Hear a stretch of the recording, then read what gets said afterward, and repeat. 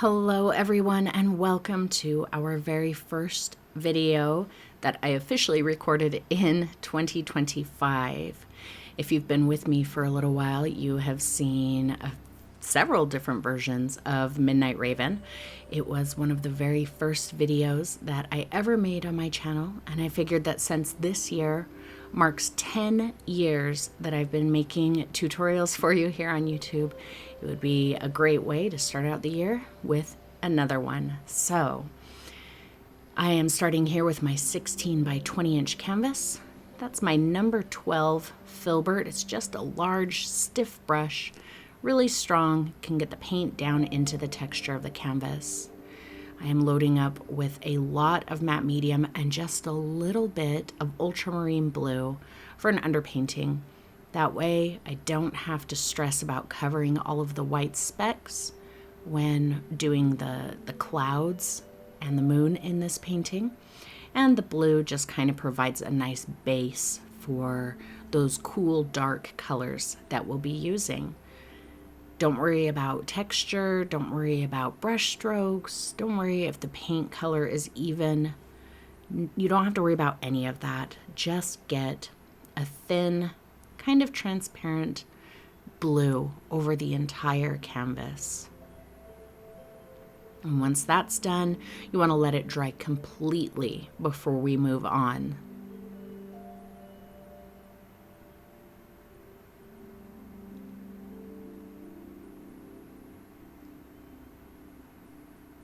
Now that my canvas is dry, I have a charcoal pencil here that I've tied a string around, and I'm just marking out where I want the top of the moon and the bottom of the moon.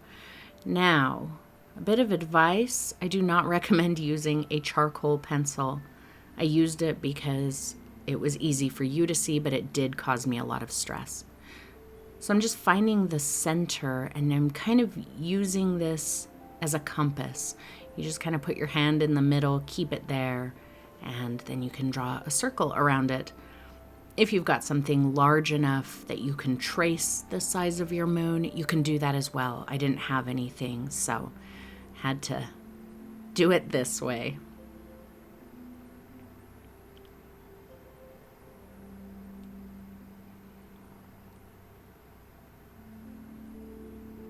That's a good enough circle. I'm going to my number 10 bright, loading up with a good amount of medium, a little bit of Payne's gray, and some titanium white. I'm going to draw in the shape of the moon. Now, it doesn't matter if it's a perfect circle here. I'm not going to fill it in. It doesn't matter if it's the perfect color. None of that matters. And you're going to see that I actually paint over this edge a lot, and I lose this edge. But the reason that I'm doing this is the clouds around the moon, I'm going to be painting kind of a glow. I want it to look like the moon is glowing and these clouds are reflecting it. But I can't paint the clouds around the moon if I don't know where the moon is going to be. So this is just a placeholder so that I know where to put the glowing clouds around it. So I am spending way too much time here making it nice and tidy.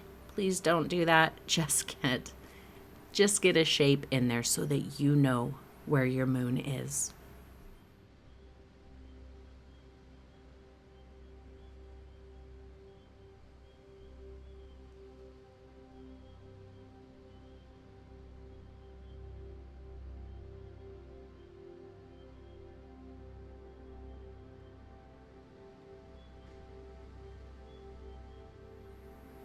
Notice that I don't even fill in the center of it. It doesn't matter. Like I said, it's just the outer edge that we really want at this time.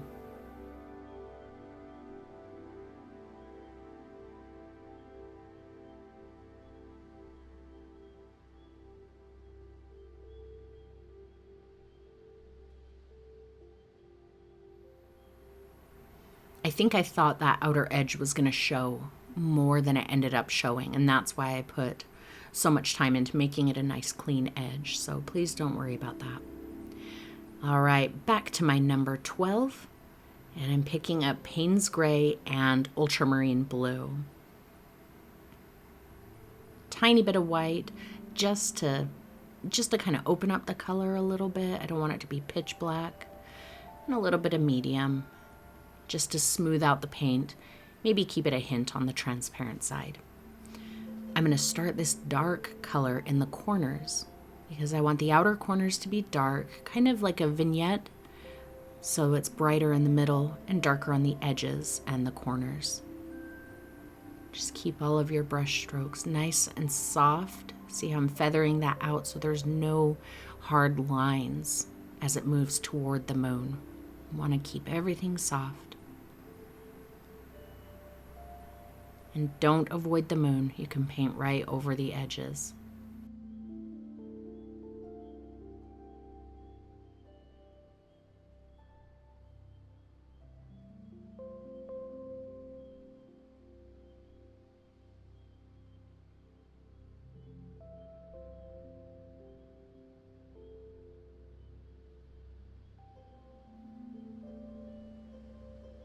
Notice that my moon is a little offset from the center. It's a bit farther toward the right. So make sure that you do that. If you set it dead center, I think that your bird is going to look a little squished. So just keep it a bit to the right.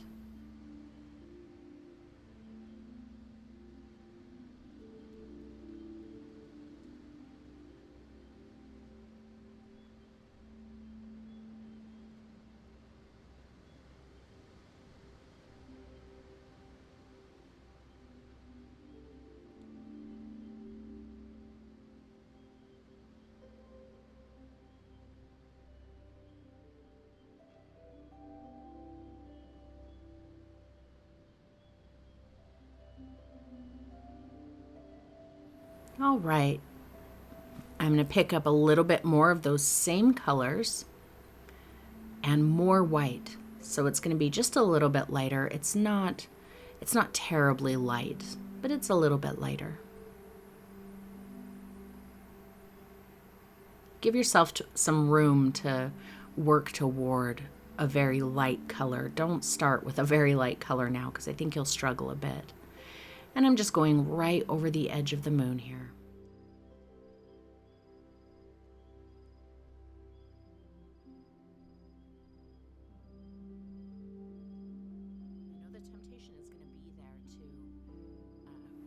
I know the temptation is going to be there to keep a crisp edge around the moon, and you might be hesitant to overlap it, but I encourage you to just overlap it for a couple of reasons. First of all, if you spend too much time trying to get a really crisp edge around that moon and not overlap it, then your cloud colors on the outside of the moon, they're going to be overworked and they're going to be a little bit too tight and scrunched because all of your focus is going into that sharp edge. Another reason is if you did that moon like I did in the first place, it's probably a bit of a wonky shape. It might be a little bit, pinched on one side or flat on the other. If you spend a lot of time creating a super clean edge, you're setting the shape of that moon in stone. It's going to be real hard to change later. Here I have the freedom to change it as we go. Now I dried all of that and I've got unbleached titanium or Titan Buff in golden. I moved to my number 8 Filbert and I'm just mixing up a gray color with that blue and Payne's gray and the Titan Buff. And we're going to start some of our cloud shapes. So I'm just going to very loosely scumble it in, starting right around the edge of that moon and really scrubbing that paint to thin it out toward the edges of the canvas.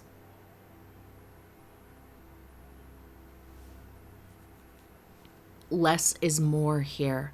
If you find that you have a hard time working scumbly and thin like that, it's probably because you're picking up too much paint or your brush is too wet. So if that's the case, just wipe your brush off and then start again.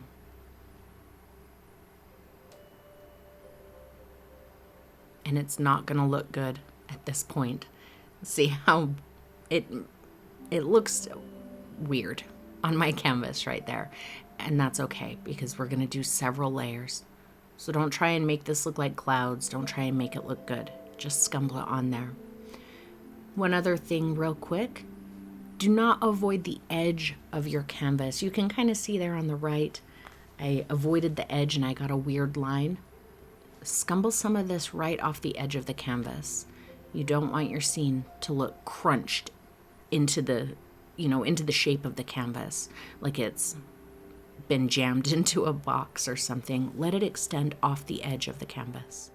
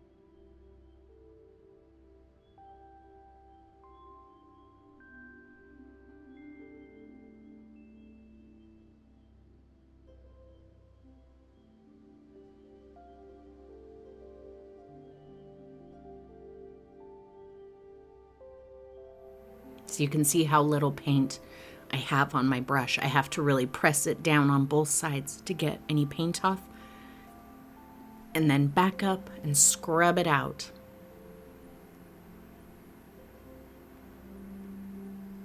Right off the edge of the canvas there.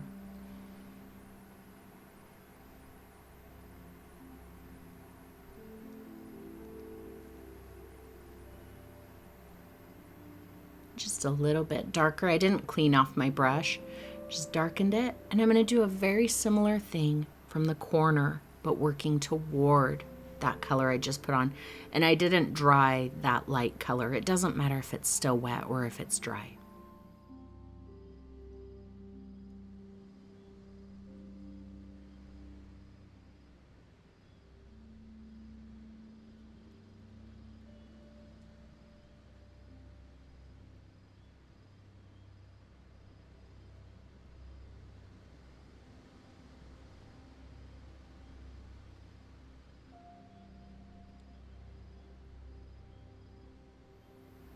Take some of these dark scribbles really close to the moon even.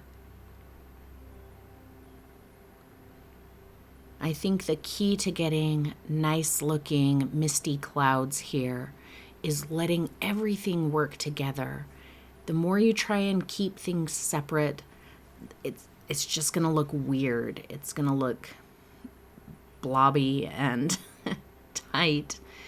Just let things overlap. I see a lot where people are afraid to let colors intermingle. I think that that's how you get the best kind of misty, moody blur, is by letting those colors intermingle. Let them overlap.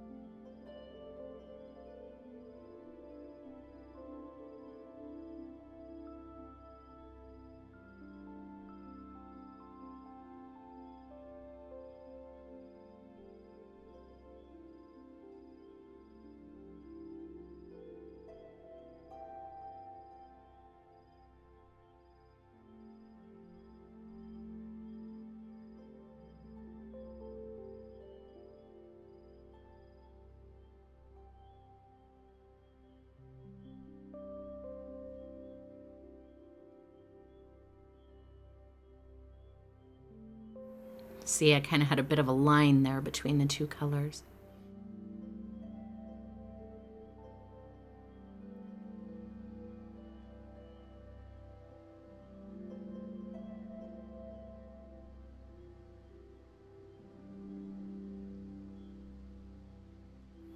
Back to my number 12, lots and lots of medium.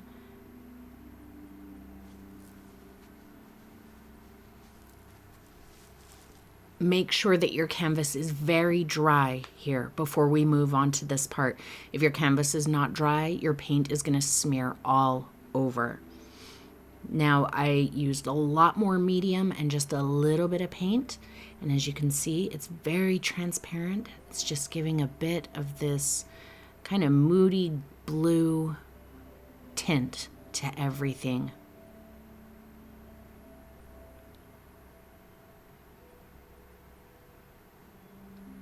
Glazing is absolutely magical, and I tell you, you can do things with glazing that you either can't do through mixing, or it's just very difficult to do through mixing. So if you've been hesitant to bring glazing into your painting, I think you're doing yourself a disservice. Definitely start glazing. Just use lots of medium and just a little bit of paint. If you use too much paint, then you're just going to paint over everything, and we don't want that.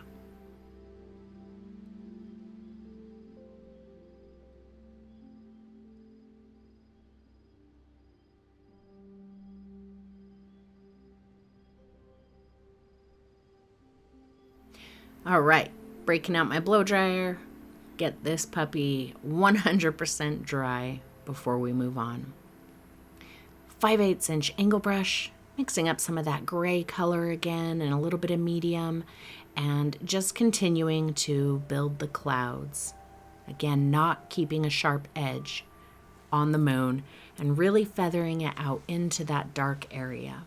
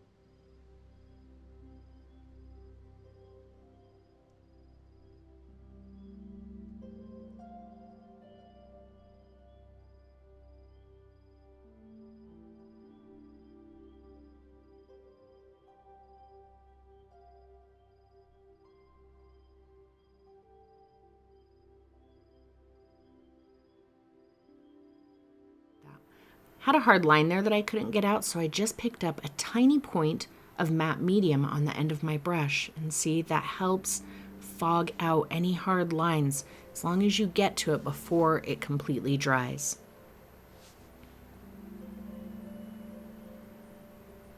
See, just a little medium there to get rid of that hard line.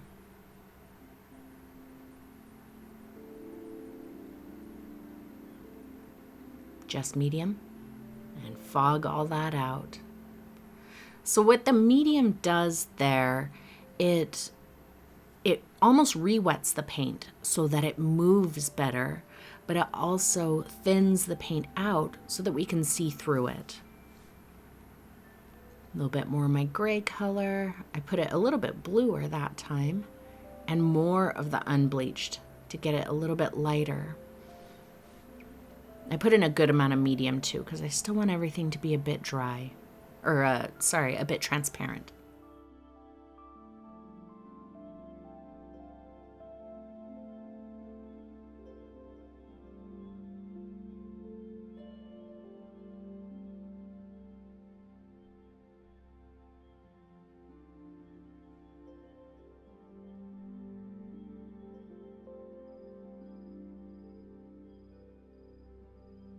To be honest, this was my favorite part of the painting. I love scrubbing and fuzzing paint out into oblivion.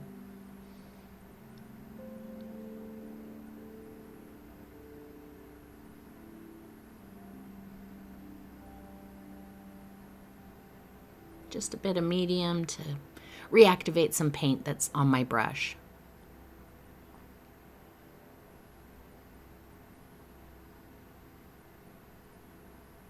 Off the edge of the canvas there. All right, back to my number 8. You see me bringing over a big drip of water, mixing a little bit of my unbleached in there. Pretty sure you know what's coming. Get that so that it flows about like ink, and I'm really going for the splatters here. As always, you're free to skip the splatters. I know some people just hate splattering paint. I think I splatter paint in almost every single painting that I do. I love it. All right, we're gonna dry that. And back to my 5/8 inch angle brush, my nice dark color. And I'm just kind of glazing in these corners. I put a little bit of medium in there, but I wanted this to be fairly dark.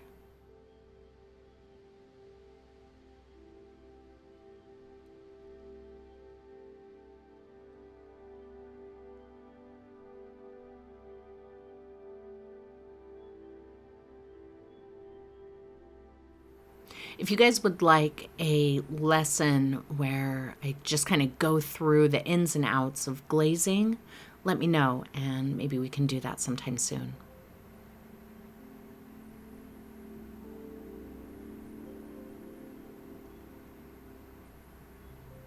I'm going to add this dark color all the way around on the corners and the edges.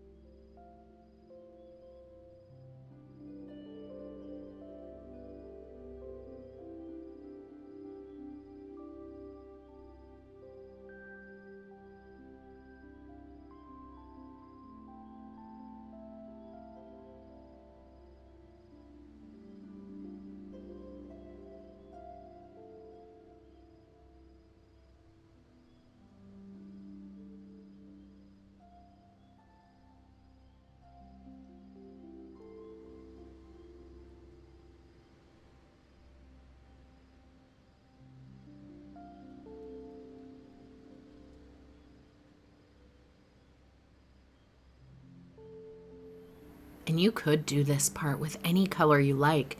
If you wanted to bring in a bit of a more mystical look, you could do this glazing part here with maybe some purples, some magenta, as long as the colors are transparent. So just read the tube and see if it says transparent, opaque, or translucent. As long as it's transparent, you can glaze like this. Just use your medium and keep things nice and thin. But yeah, some more spacey purples and magentas would be really pretty here as well.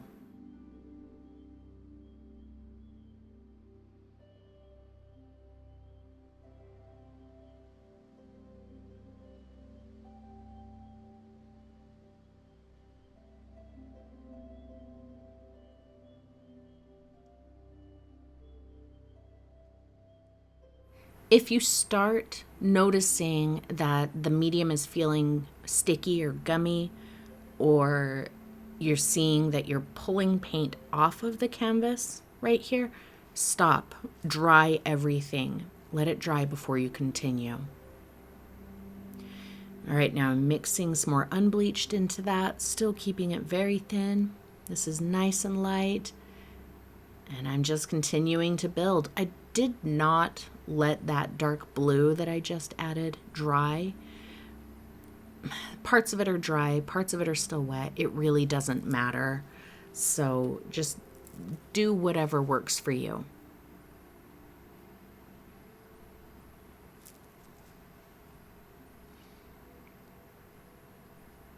I almost never try to blend with acrylic paint. I typically work on dry paint. So if blending acrylic paint is something that you've struggled with, then my best advice, stop blending acrylic paint. Layer it and glaze it instead. I find it to be so much easier than trying to blend before it can all dry.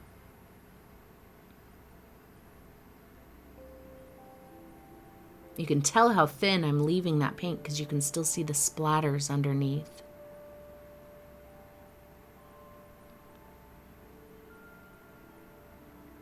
I'm going to go back to this is actually my number 6. I just didn't like the texture and the brush marks that I was getting from the angle brush there. So I'm just going to do some foggy, smoky scumbling with this stiff brush again.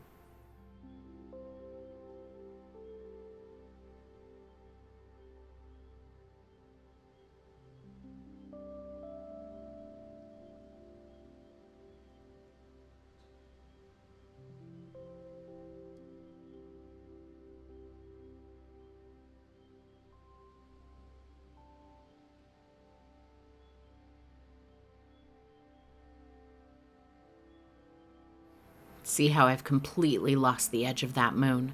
So if your moon is looking a little rough and hidden like mine, you're doing it right.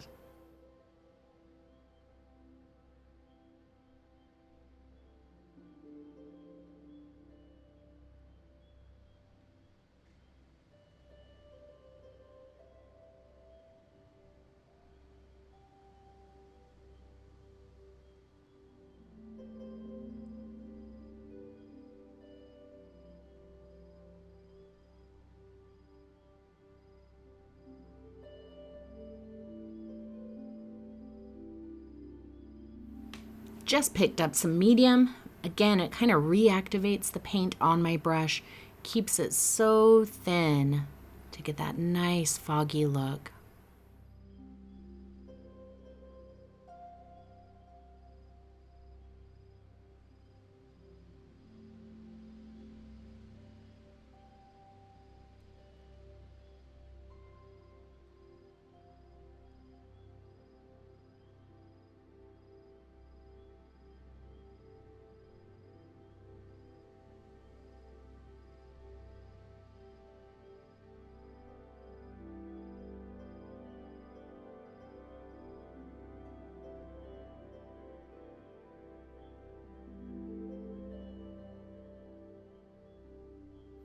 I'm just kind of adding this wherever I see holes or weird shapes.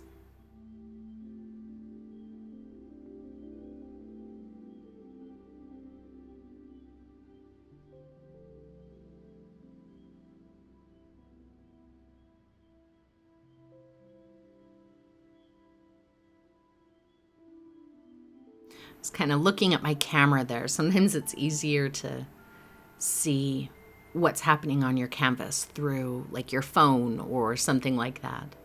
So sometimes I'll look at my camera to get an idea of where I need to make adjustments.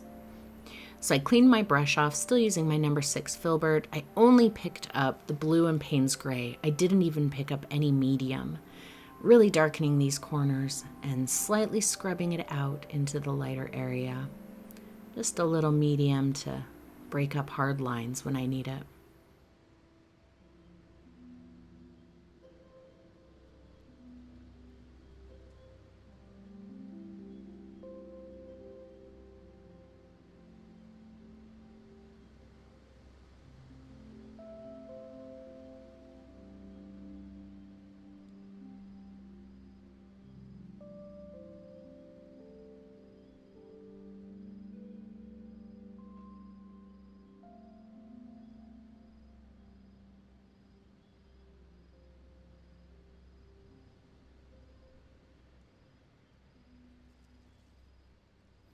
Now it's really starting to look a little spacey, a little cloud-like. Starting to become really happy with it.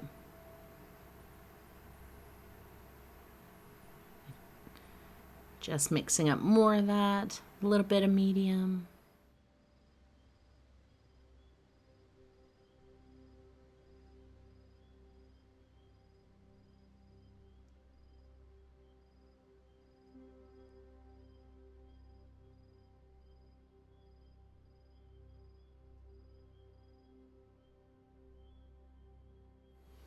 Dark, dark corners. I want those corners to almost be like a midnight blue. Not pure black, but as dark as I can get them without them being black.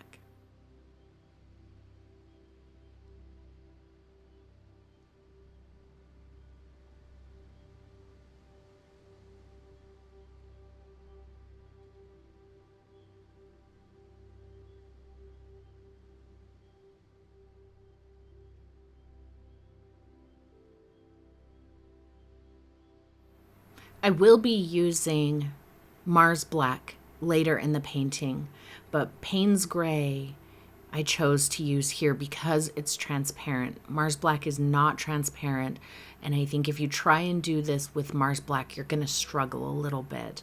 So I don't recommend it, but if you absolutely must, you can certainly try it and let me know if it works out for you.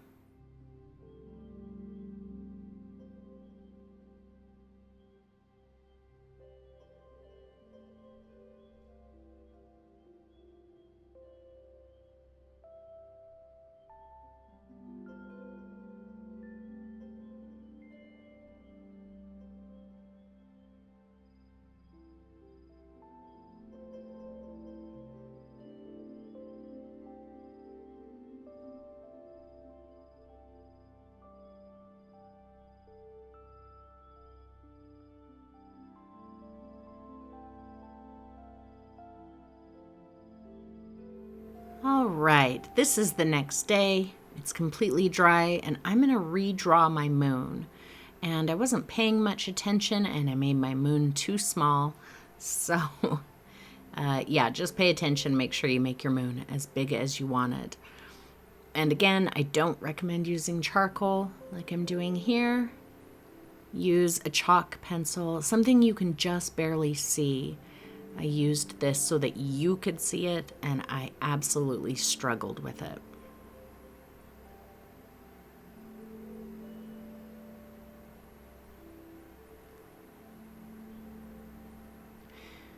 Still using my number 10 bright, picking up some unbleached with a hint of Payne's Gray to it, just so it's a little on the gray side. It's a very light gray. And now I'm going to redraw the edge and fill it all in. Sorry, my camera kind of zoned out there for a second.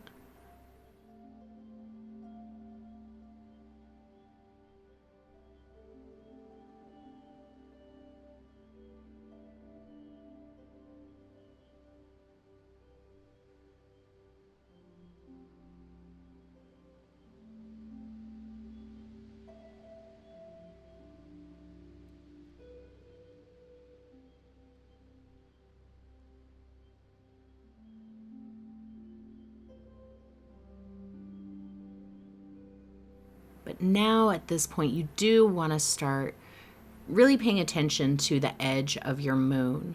This is where you can make adjustments to the size or the shape, anything that was off the first time.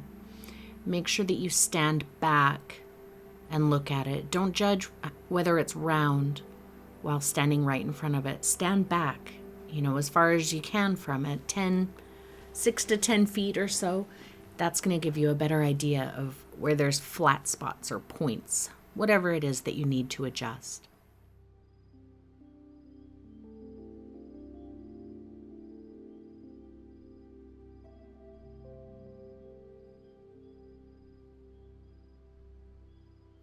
You can see how that charcoal got darker as I ran the paint along it. The charcoal ended up making a darker line on the outside of the moon.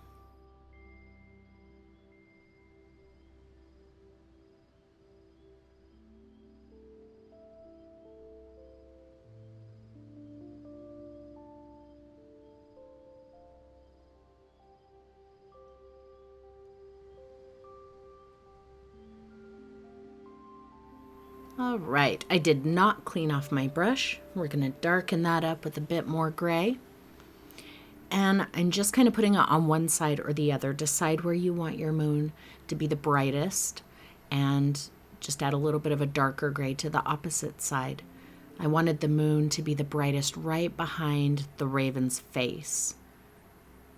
So I just picked up some unbleached and I'm just putting it on that side, just to kind of remind myself where I want to add my highlights and my shadows as we go.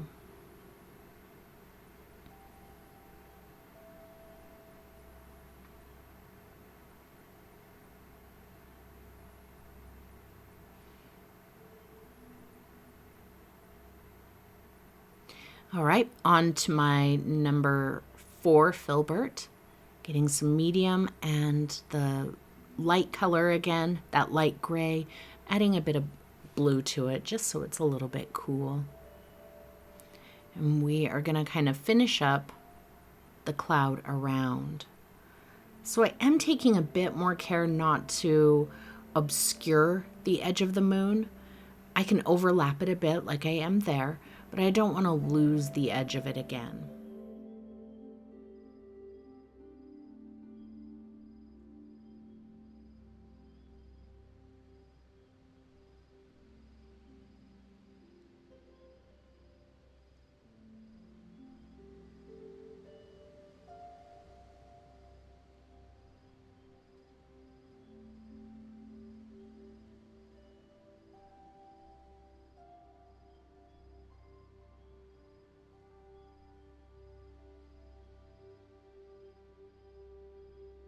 You can tell I had way too much paint on my brush. That's why I was struggling to get nice, thin, blurry areas.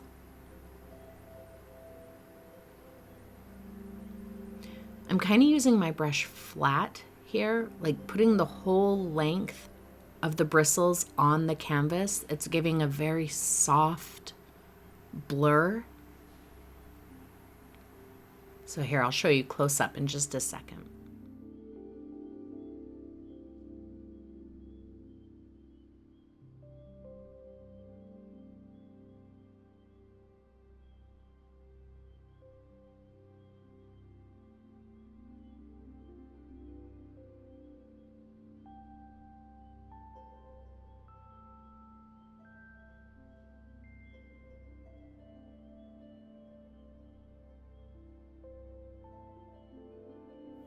It's a very flat, full length of the bristles.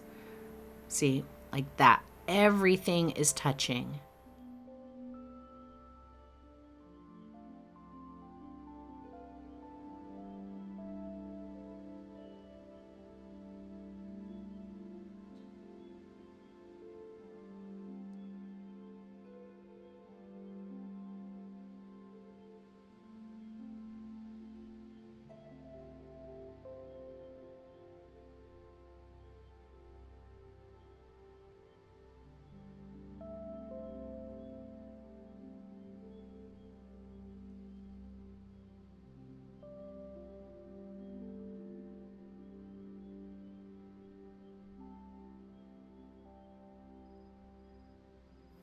I'm trying so hard to get rid of the charcoal mark there, but thankfully, like I said, I did make my moon too small, so I have to make that adjustment anyway later, so I don't end up with that weird black edge around the outside of the moon.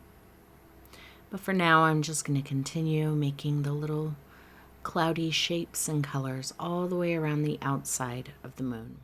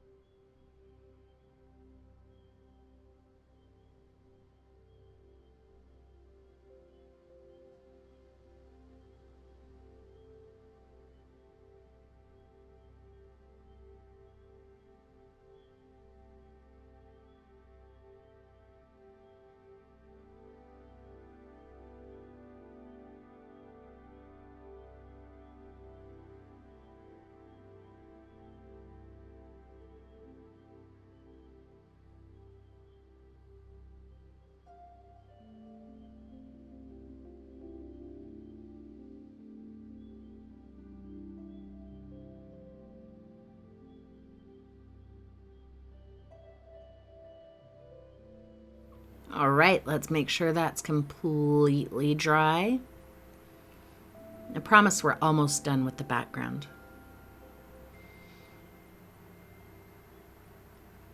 Little bit of extra water with that number 4.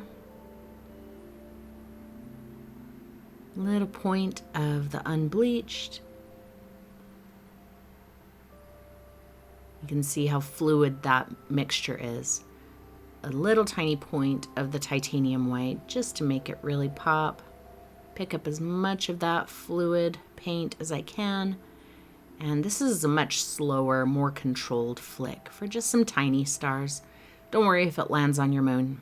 It won't be seen.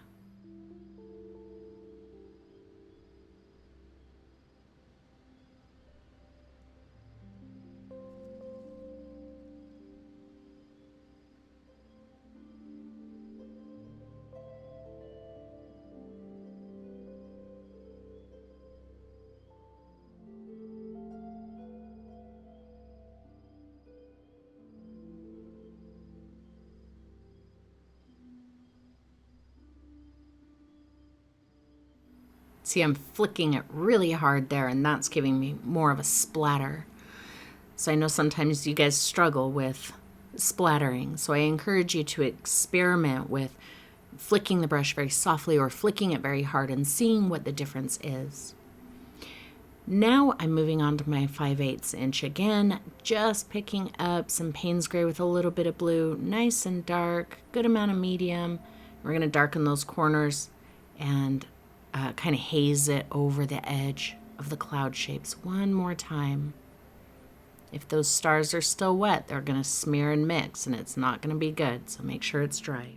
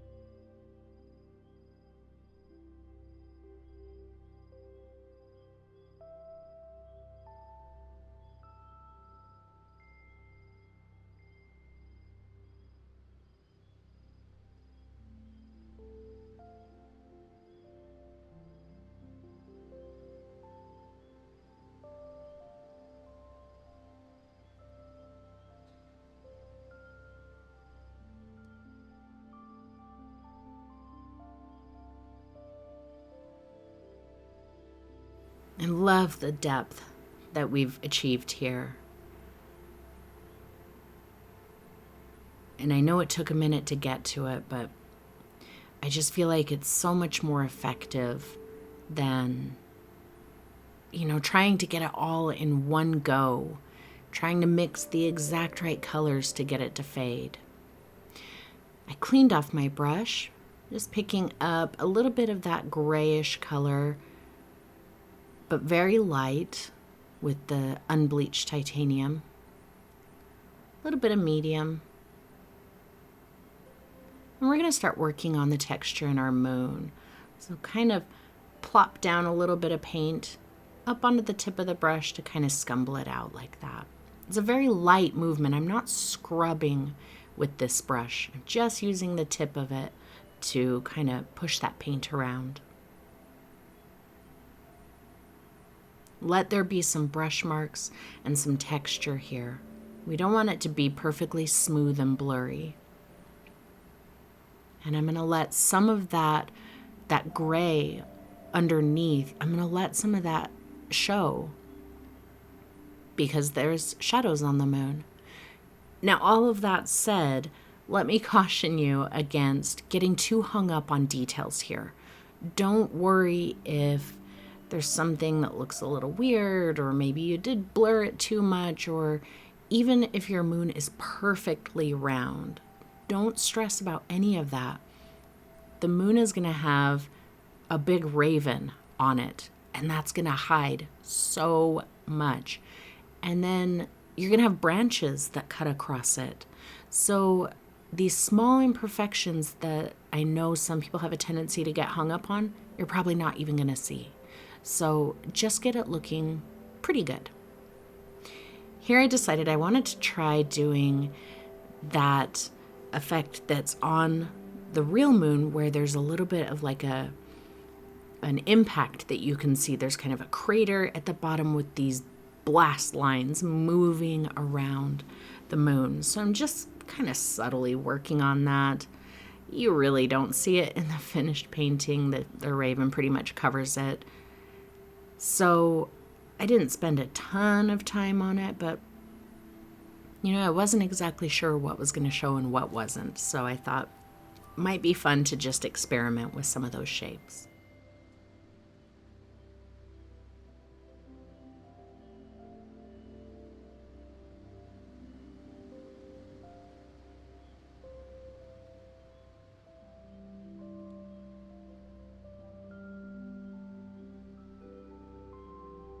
But remember, on this bottom left side, I want it to be a little bit darker, so I'm not going to put quite as much of the brighter color over here.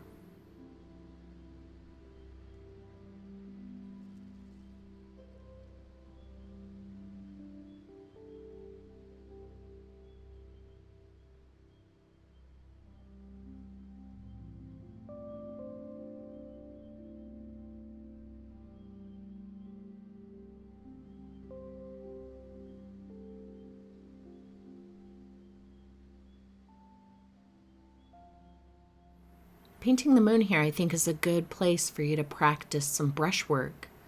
So, just have fun with it and see what you can do with your brush or with a little bit of medium. If you don't like it, you're not really going to see it anyway, so there's no harm. A little bit of the titanium white in there. We're going to start brightening this color.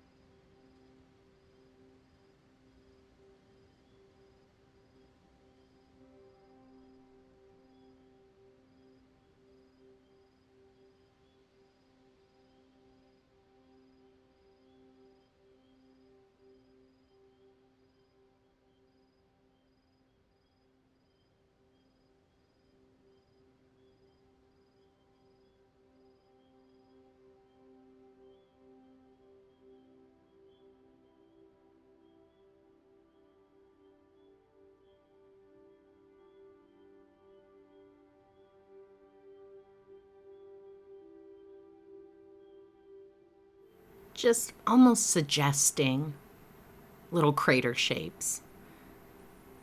Don't draw hard circles. I've kind of got a little bit of a hard circle there. Just suggest crater shapes.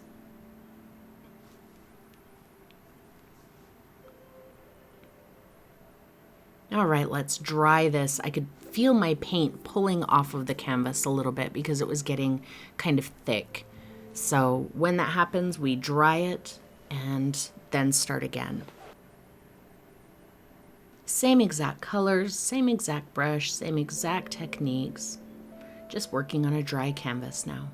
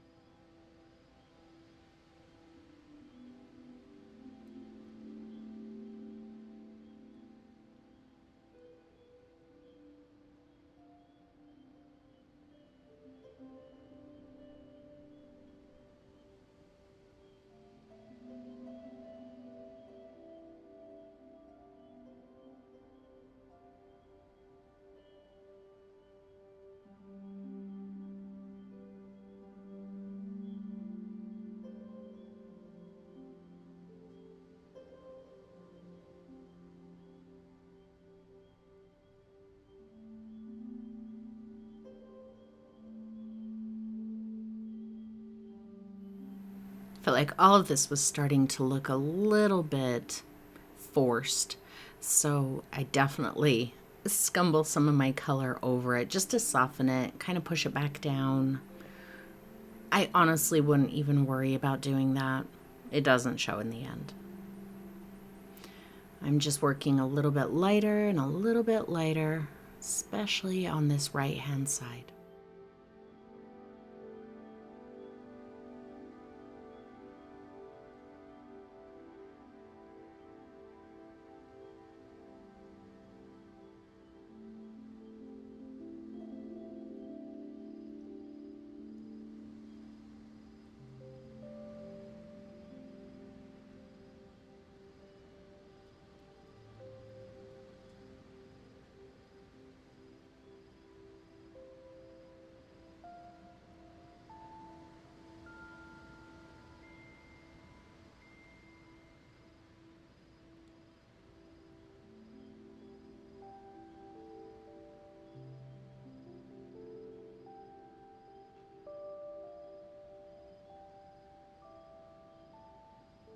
Now I've realized that my moon is too small, so I'm using a chalk pencil this time to redo the outline. I am not going to repaint this entire moon. I'm going to show you how.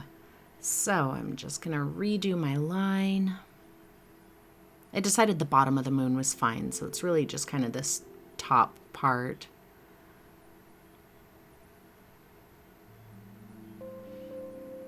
Going back in with my number 10 and my grayish color.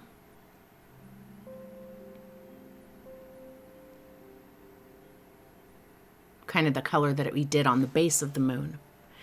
A little bit of medium, not a ton of medium, just a little bit. I'll redraw the outside edge. And then up onto the tip of the brush to kind of fuzz it out. And see, in that way, I don't lose my moon. Because I don't want to go and repaint that whole thing. And I don't imagine you do if you need to adjust your moon. So see, up onto the tip of the brush, it will feather it out nicely, and all will be well.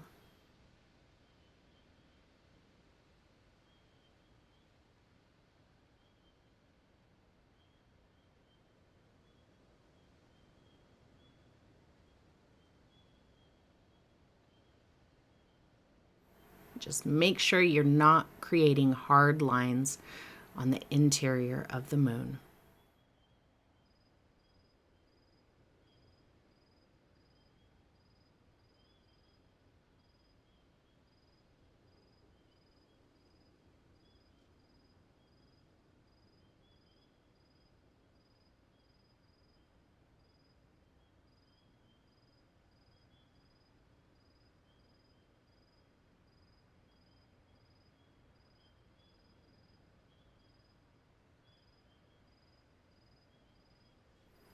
There we go. Gave myself a little bit of a flat spot, but I'll fix that up in a little bit. Nice and dry. And we're going to retouch up the highlights and shapes on the moon exactly the way we did before with the same colors, and it shouldn't take us very long at all.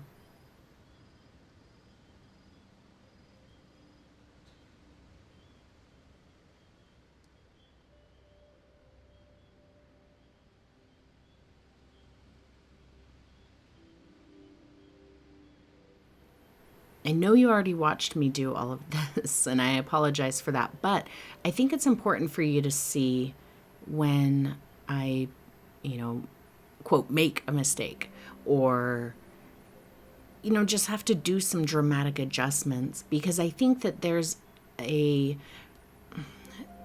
reality that kind of gets lost in social media and in, tutorials and things like that. Because as artists, we don't like to show when we make a mistake, right? But also as entertainers and creators, we want to make sure that you're not tuning out because you just watched me already do this thing. And so there's a perception sometimes, I think, that people who make tutorials, because you don't see their mistakes, that they don't really make them. And then when you make a mistake, then you feel like you're not good at it, or you feel like you're failing somehow, or you feel embarrassed. But the reality of it is that mistakes happen. You know, it happens to everybody. The important thing is how you handle those mistakes. You know, if you were painting this and you realized, oh my gosh, my moon is way too small and there's nothing that, you know, I can't just let it go because the painting is going to look terrible if the moon is too small. And it was a lot of work to get there. And so you may think, I don't have the energy to start over. You don't have to start over. Unless there's really dramatic, horrible things wrong with your composition or your drawing. And even then, if it's going to be more work to fix than it was to get there in the first place, maybe starting over isn't a bad thing. But I find that is actually a rarity. Anything can be fixed. Anything can be changed. So if you are one of those people who, when you make a mistake, you either just give up or you start over, I encourage you to start playing around with the mistakes, because if you feel like you need to start over anyway, well, then there's no harm in just experimenting and seeing what happens. You might pull it back. You might succeed in not having to start over, but at the very least you will have learned something, where if you just give up, you learn nothing.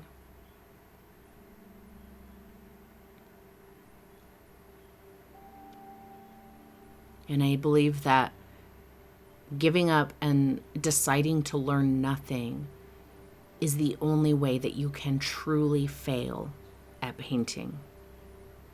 Learn from your mistakes, and you will be a stronger, more confident artist. See, look how quick I was able to pull that back. Gotta fix this weird little flat spot over here.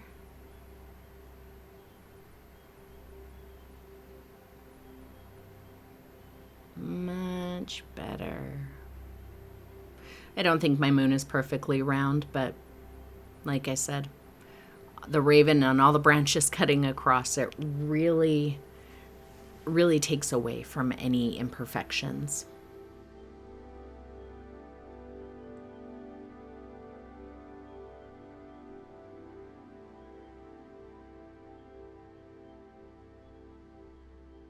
Let's get rid of some of these lines down here. Just soften them.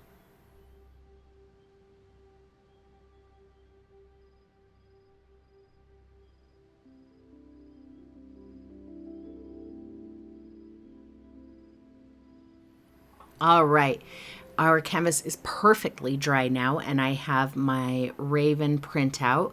You want to make sure when you're putting it on your canvas that this line in the center is horizontal. Don't have that line at an angle, because your bird will be sitting at in an unnatural position. So I'm just taking a piece of chalk here and running it along the back of my tracing element. I'm showing you this because every time I do tracing, somebody asks, what did you do to the back of it? So just take a piece of chalk. Again, here I used a color you can see. Just make sure that you can see your chalk. It doesn't have to be a dark, intense color. Little piece of painter's tape. And I'm going to find the position where I want that raven to be, make sure it's parallel to the ground, and get that tape pressed down. Try not to rub the paper too much. You don't want to press too much of that chalk to your canvas. Then I'm just going to take a pen, just a regular pen, and I kind of scribble back and forth on those lines just to make sure I get a good transfer of the chalk. And that is it.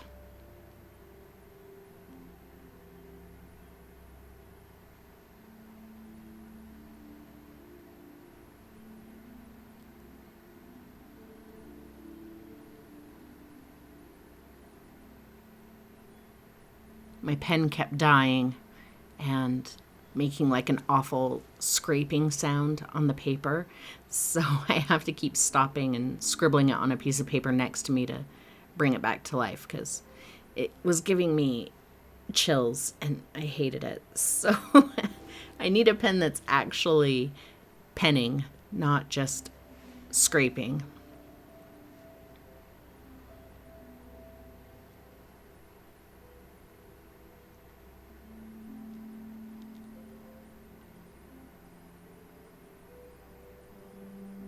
The details in the wings aren't all that important. I put them there in the tracing element so that you had an idea of where the wing was and how it was moving, because we are going to paint that area just a little bit different than the rest of the body. But yeah, those details in the wing, they're really not important.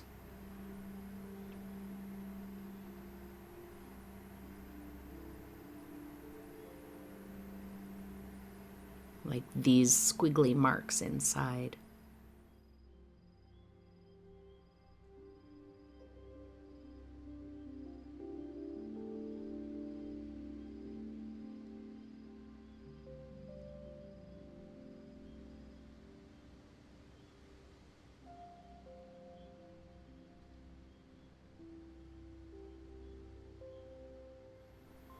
The foot is a little awkward to do, and even my tracing element, the foot is kind of strange, but I didn't worry about it too much because he's going to be sitting on a branch, and so the imperfections in the foot can be hidden by the branch or the berries or anything. So just get the approximation of the foot on there, and I think that's good enough.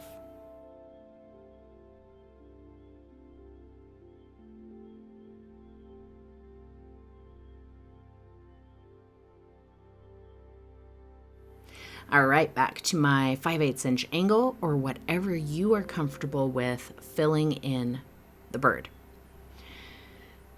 I'm starting with some medium and Payne's gray, very transparent. We will use Mars black, but in a minute. I just want to kind of block in the bird right now. I'm not worried about detail.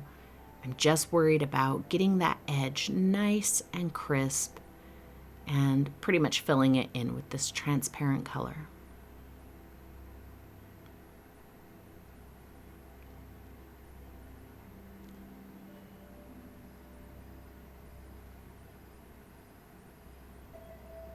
Don't worry too much about the little feather details on the outer edge.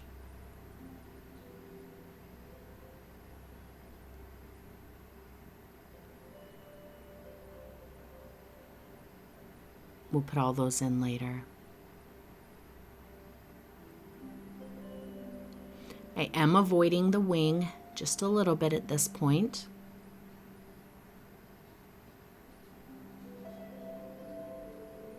And you'll see why.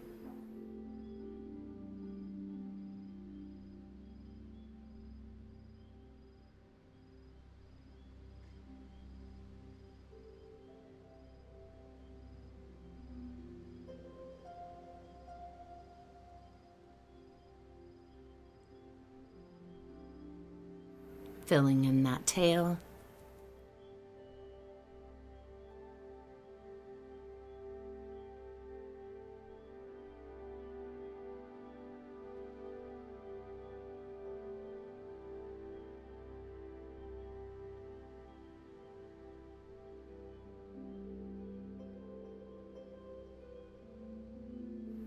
A little bit on the chest area.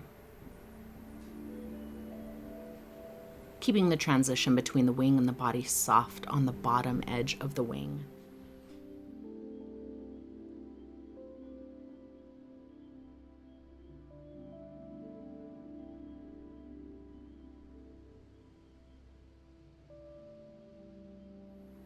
Just loosely filling in the foot here.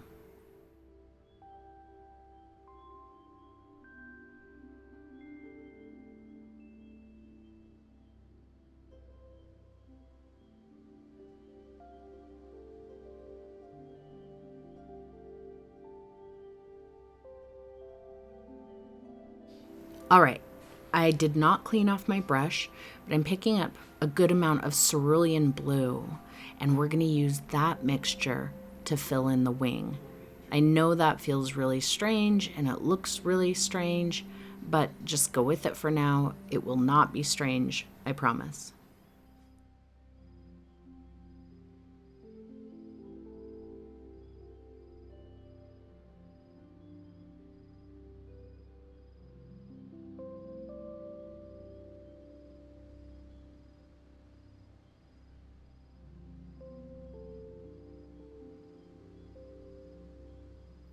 Okay, I kind of broke the transition between the dark and the blue because, like I said, it's just kind of a placeholder right now. But now I'm going to my number 8 Filbert, a good amount of medium, and Mars Black. So now I'm actually going to be filling in the bird with a solid black paint for the most part. At this point, you can start focusing on like the little feather details on the head, the neck, areas like that. But we want to start really filling this bird in nice and dark and solid. But not the wing. Don't make the wing pure black just yet.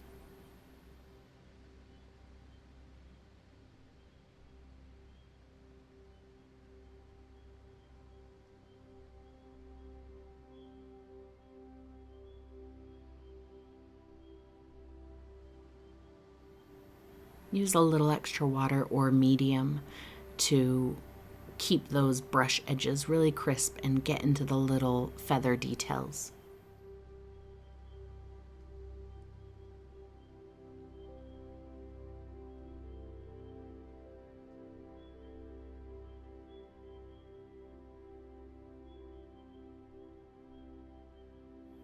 Just scumble that up a little bit into the wing. We just don't want a hard line that we're going to have to deal with later.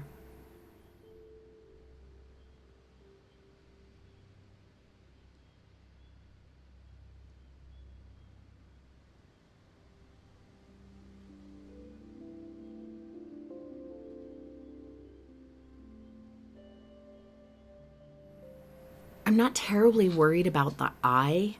I'm just kind of cutting around it. It's misshaping it and overlapping it a little bit, and all of that's fine. I just want to remember basically where the eye is going to be. So I'm not really worried about messing it up or anything at this point.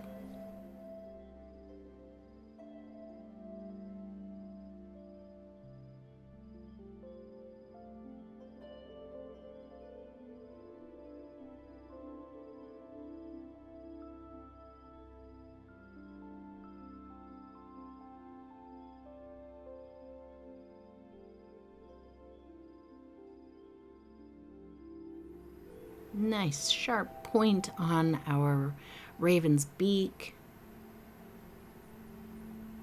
Some little fluffy feathery bits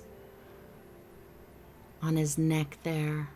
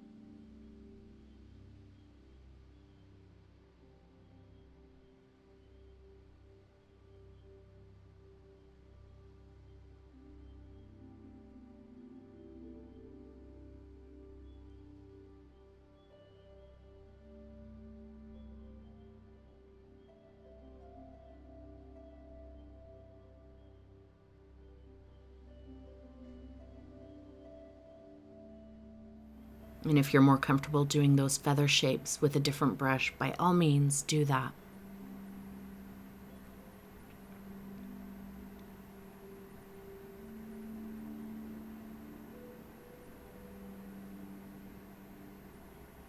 All right, now I'm going to start mixing that black into some cerulean. So it's a very dark grayish blue. It's not bright solid blue.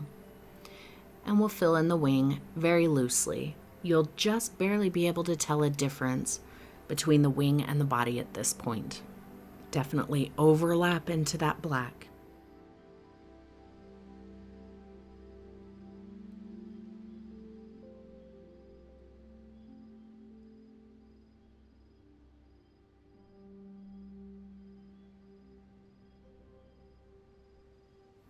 See how dark that color is.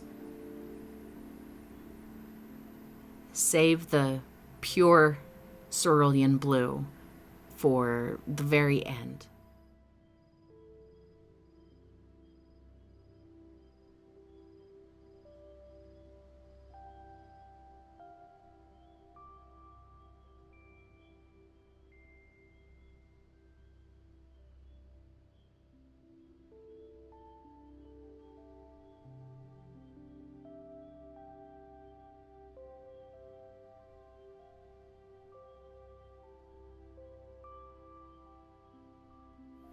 All right, I'm going to go to my number 2 round brush and just kind of roughen the legs with just black.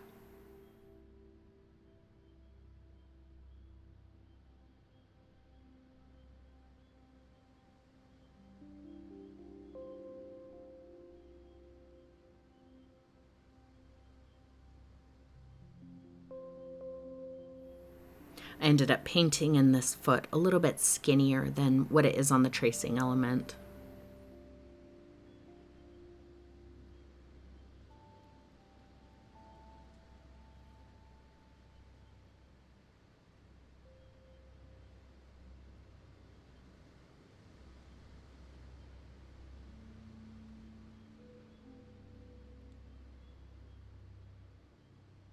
Just really focusing on giving him some bony knuckles and nice sharp claws. Other than that, I don't really care about this foot.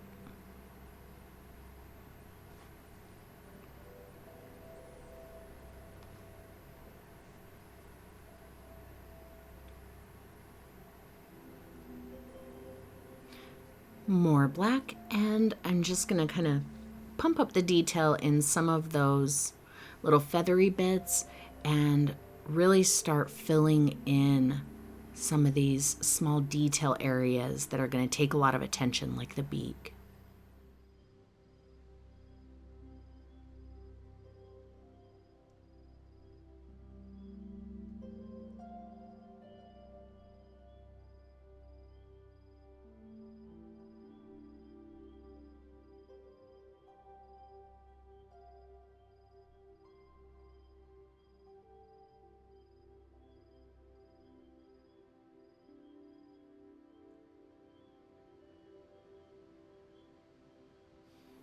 Ravens are very fluffy. They've got tons of these long black feathers, so don't be afraid to give them some little pokey-offy feathers here and there.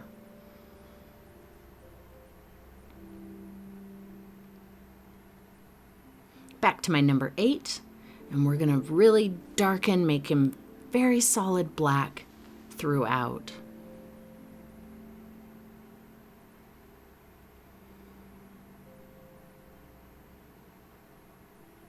I'm not using any medium really at this point. If the paint on my brush feels a little dry, I might pick up a little bit of medium, but remember that I use medium the way that most people use water. So if you would typically get water when your paint is feeling a little dry, I get medium. The medium is really only required when you're doing glazing, if you need your paint to be very transparent. That's when I would say the medium is absolutely required, because to add enough water to it to make it transparent, you're going to destabilize the binder in your paint, and then future layers can remove that paint. So that's why I do not recommend using water to try and do glazing.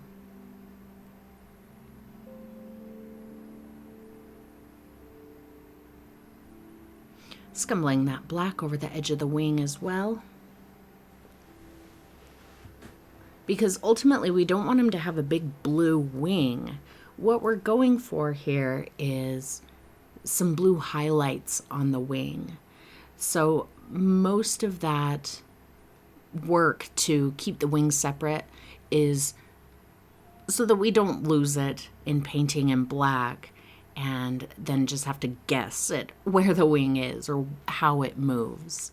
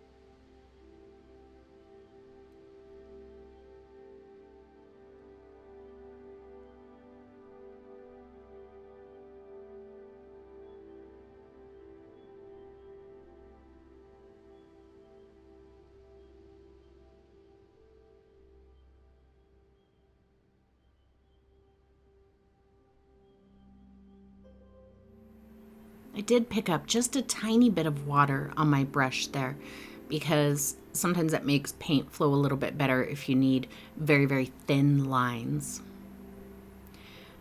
I have very little paint on my brush, and I picked up some medium. I'm just kind of glazing this Mars black over top of it,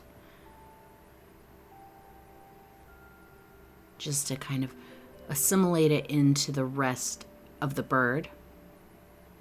But let's work on the eye while the body dries. Back to my number 2, I'm picking up a tiny bit of the unbleached titanium and some medium, so it's a bit on the transparent side. I'm just going to reshape primarily the back edge, the back and bottom edge of the eye.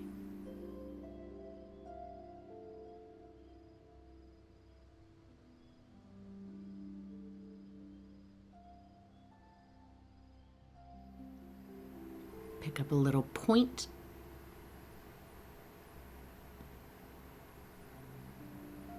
Because I want a really crisp bit of this color, like I said, on the back and bottom edge.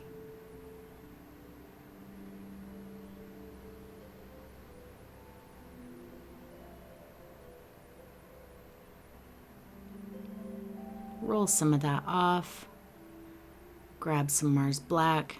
Mix it in for a bit of a gray, kind of a darker gray. This is going to be for the middle, and I'm going to blend it just a little bit with that light color.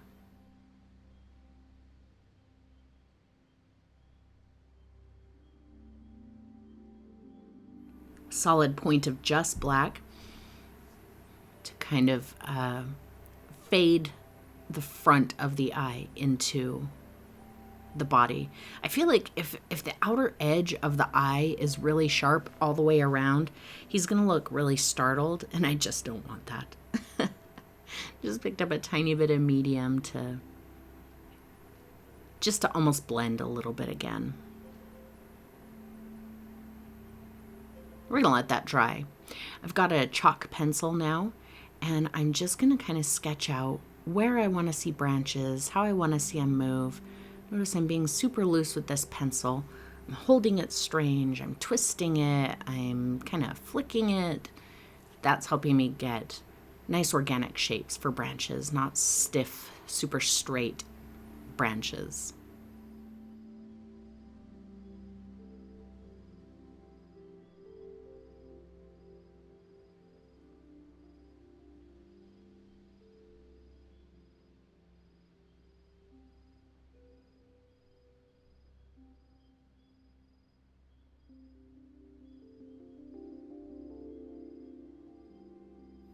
All right, back to my angle, Mars black.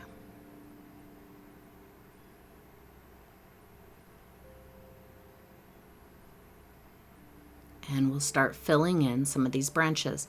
To start with, I'm just doing the kind of the shape and the direction of the branch. I'm not worried about where it's thicker or thinner.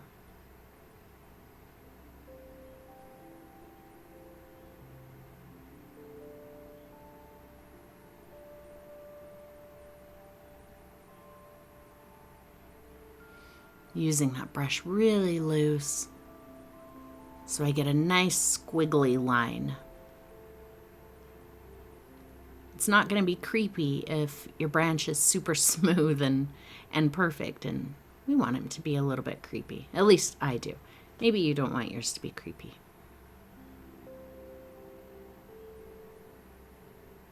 Now I'm widening out the branch and tapering it off toward the end.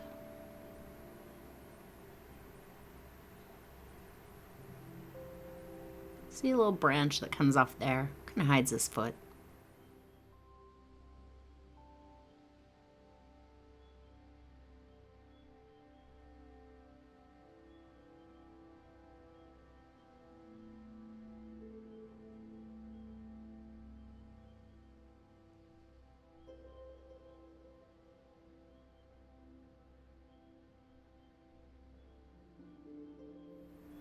My angle brush is a little old because I've done a bit of scrubbing with it. And so some of the bristles they don't lay quite as tight as they did when it was a brand new brush. And that's exactly why I picked this brush, because it helps me get some kind of split ends when I'm trying to do very small branches, and just gives them a little bit more of a gnarly, old, craggy look. So if you've got an older brush, that would be perfect for this.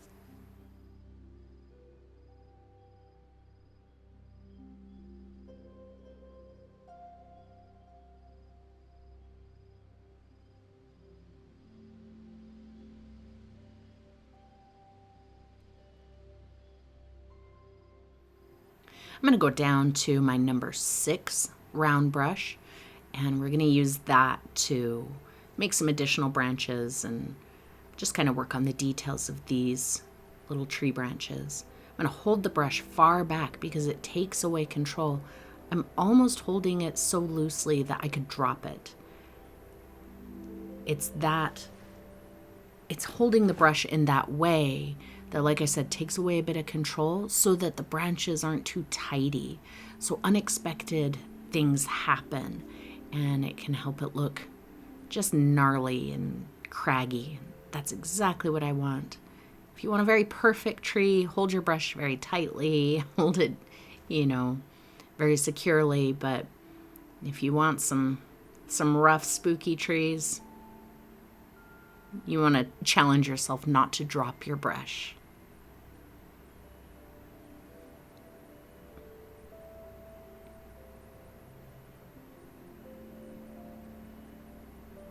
Super light pressure.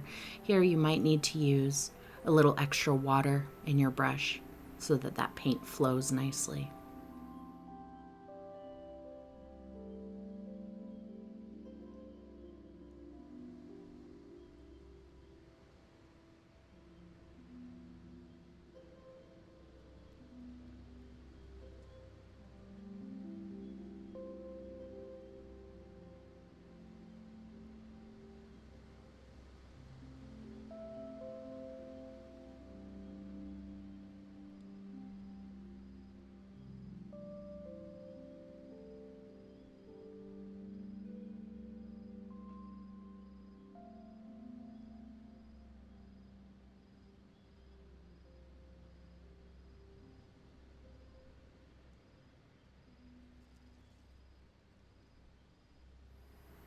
Spend as much or as little time here as you want.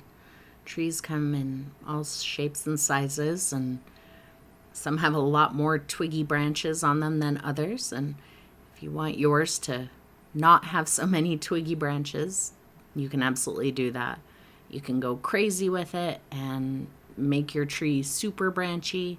You can do something in the middle like what I've done. There's not a right and wrong.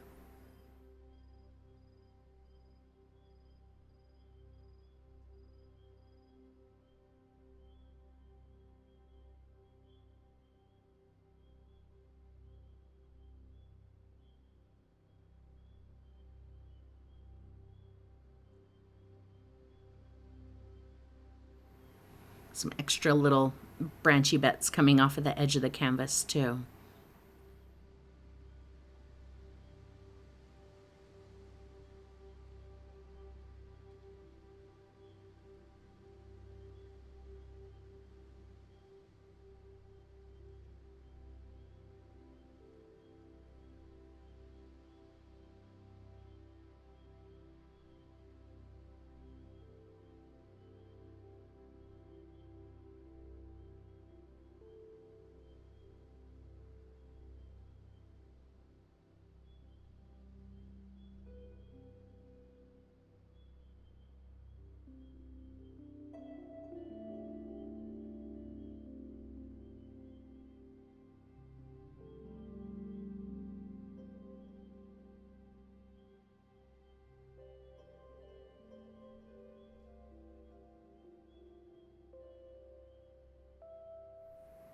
Doing all these tiny little branches can be a little meditative, and you can kind of get lost in this process.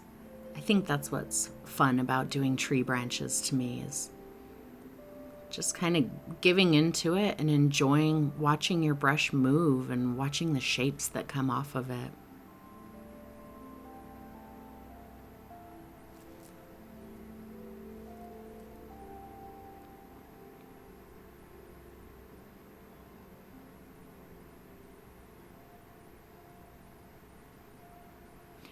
Now I'm going to use the very end of my brush, and I'm dipping it into the black paint. Just getting a little ball of paint on the tip of the brush, and I'm just going to kind of touch around where I think I want some berries. These shapes are very small. You could use a larger brush if you want. I didn't feel like it was necessary because the larger red berries I'm going to do with the paintbrush end of a brush, but I wanted some very deliberate shapes here and there. You can put them on the tiny little branches. You can put them on the bigger branches. They don't even have to be attached to a branch. Your brain will fill in the blanks and say that it's just attached to a twig that you can't see. They don't have to be perfectly round. Just get some shapes on there.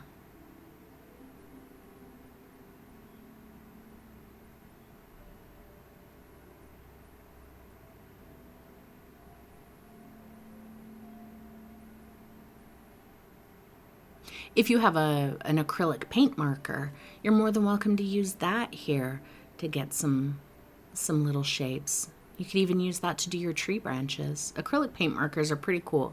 They're very useful. I only have a couple, but I keep thinking I should get some more.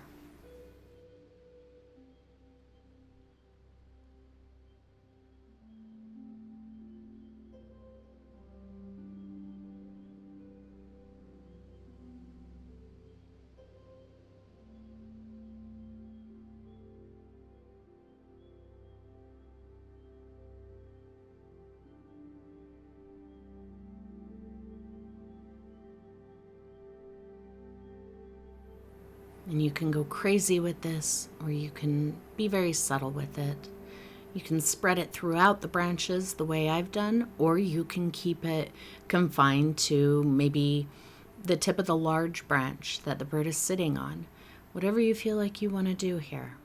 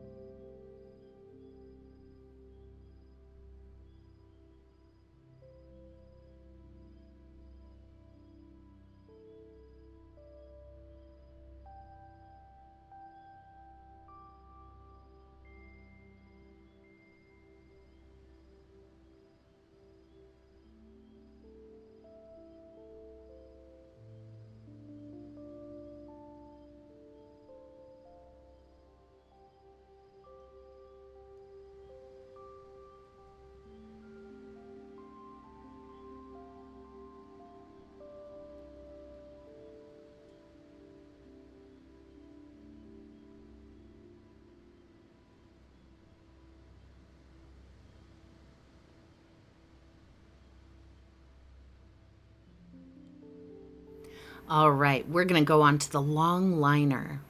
This is a super skinny, long brush. You need a little extra water to use it. And I'm going to make just a few extra detail-y branches, super skinny little ones. I'm not going to go too crazy with it here. Just going to add a few. Hold the brush nice and loose. Let it bounce a little bit so that you can get those craggy, jaggedy branches.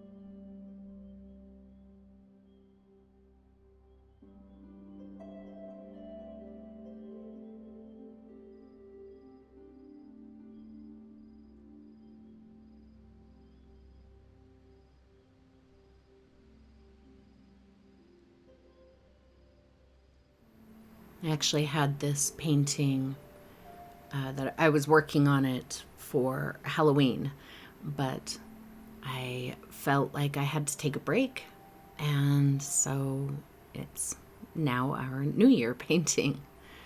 But I think it's important to listen to yourself, and when you need a break, take a break. So those of you who haven't painted for a while, who feel bad about that, it's okay. You'll get back to it when you feel like you're ready to. All right, back to my number 8 Filbert, little extra water. I am gonna flick just a tiny bit. It's very controlled. I'm doing it very slowly, very softly. So I'm not getting like black flicks all over the place. Just a little bit of extra texture in the branches. As always, you can skip it if you like.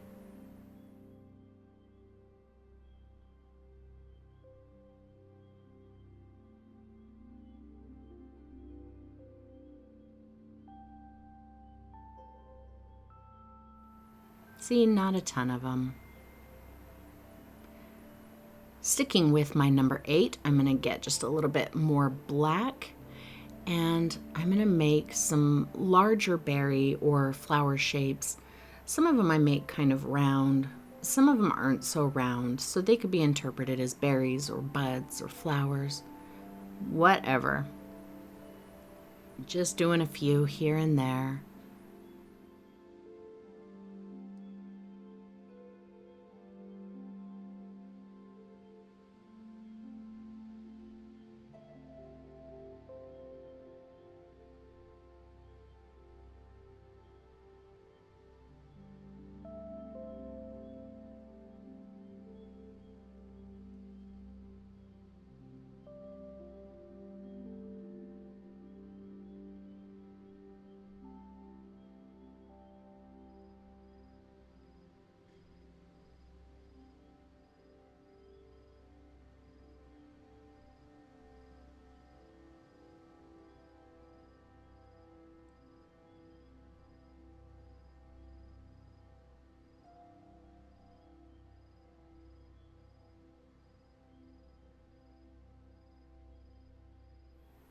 The berries are actually what I based this entire painting around.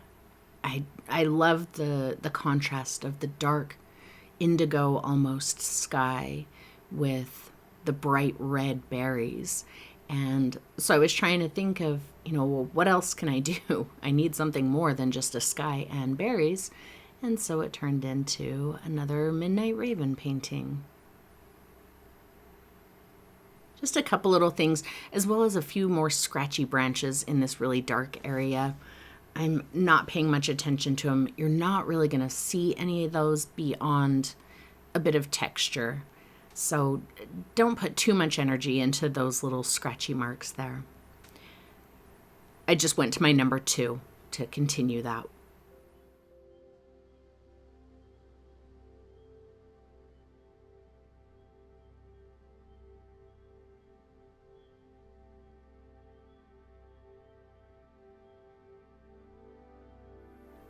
All right, let's finish up his eye, sticking with my number 2, just loading up with some black. That eye is now dry. I'm gonna get rid of that front line and just kind of fade it into the lighter color in the back.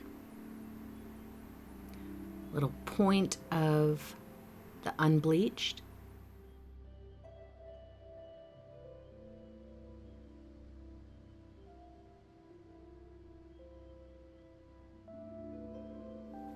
Little point at the back and a little point at the bottom.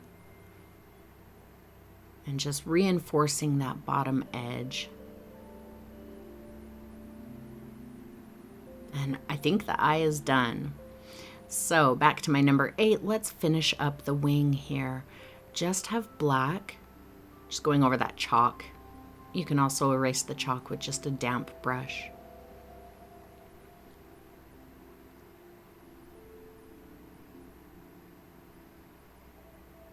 Cleaning up any slightly transparent spots in the black.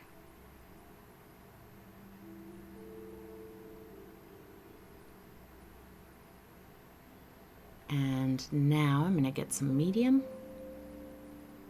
some Payne's Gray. It's very transparent, and I'm going to glaze over this entire wing. So to you, it might look like I've lost all of that blue, but to me, because I'm standing right in front of it, I can still see exactly where it is. Now I just picked up a little of the cerulean, and I'm going to just kind of flick it through there, roughly in the direction that those little squiggly marks were moving on the tracing element. And I know this looks really bright, and you might be tempted to blend it out. But as the cerulean dries, it's going to get darker. It's going to get a little bit more transparent. You're not going to have this bright blue wing. If you do happen to have it end up too blue, too bright, that's fine. Just glaze it with a little bit of the Payne's Gray, and it will be just fine. I had anticipated needing to glaze this down a little bit, but I didn't end up needing to. So I put just a hint of that blue at the top of the other wing, a little tiny hint at the top of the head, and a little bit on the throat. Just blending out a couple of hard lines.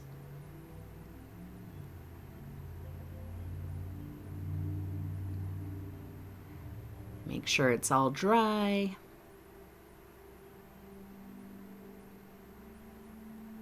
And let's do our berries again. Number 2, I have Cad Red Medium. Just a little bit of the Payne's Gray for this first layer, so that the red really is punchy when we get to the pure red.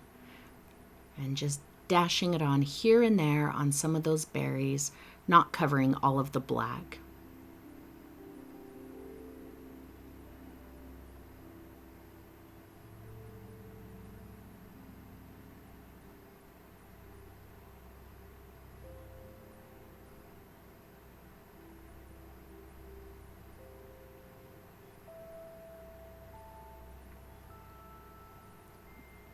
Just dipped straight into the Cad Red, and same thing, just on some of the berries, and I'm not covering all of the black or the darker red, letting some of that show.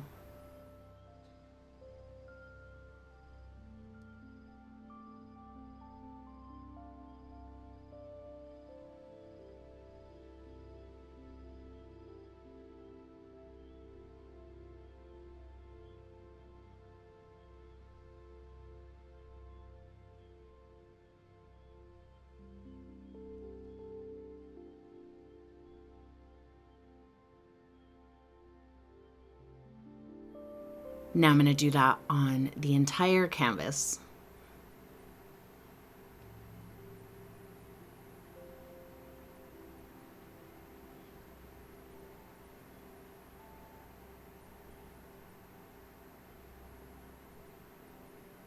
I concentrated the vibrant colors toward the berries that were the closest to the moon. So as it gets farther to the left in that darker area, I do a little bit less. I do take this color all the way into the dark area, but I don't apply it as heavy or as frequently in that part of the canvas.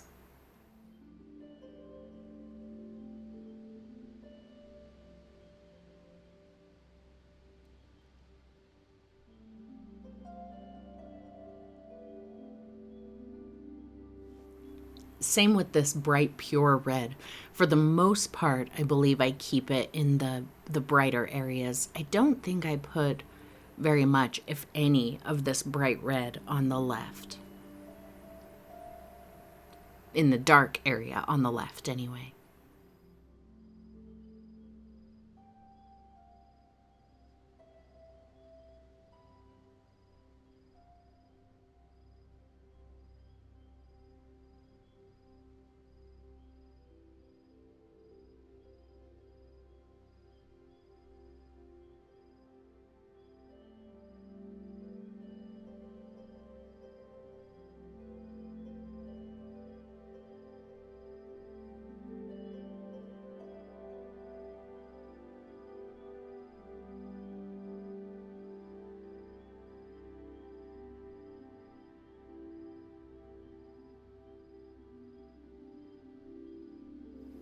See how much that cerulean has darkened and almost blended in with the dark of the wing. So we don't have that big blue wing like I told you we wouldn't.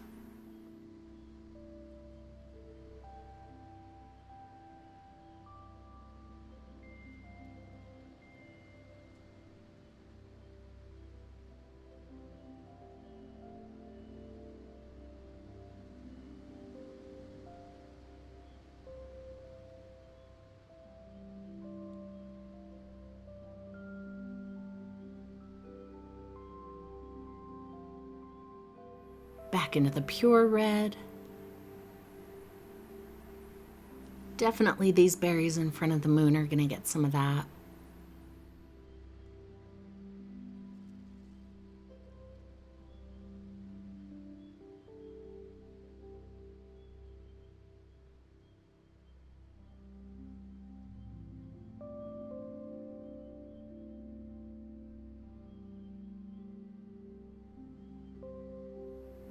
Just one or two in the dark area.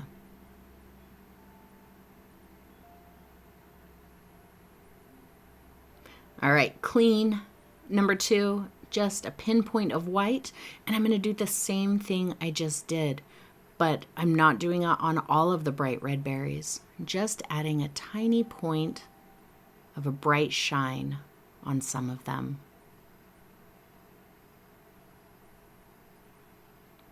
Particularly the ones that I really want you to look at.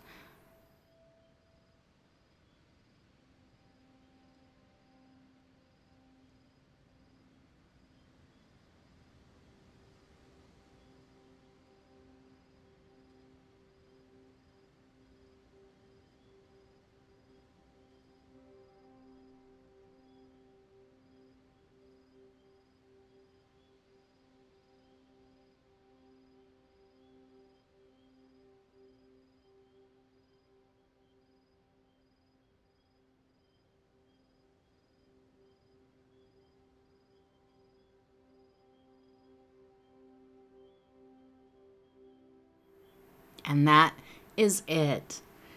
Thank you so much, everyone, for 10 years of painting with me. And I hope that we can do it for another 10 years. Thank you for watching today, and I'll see you next time.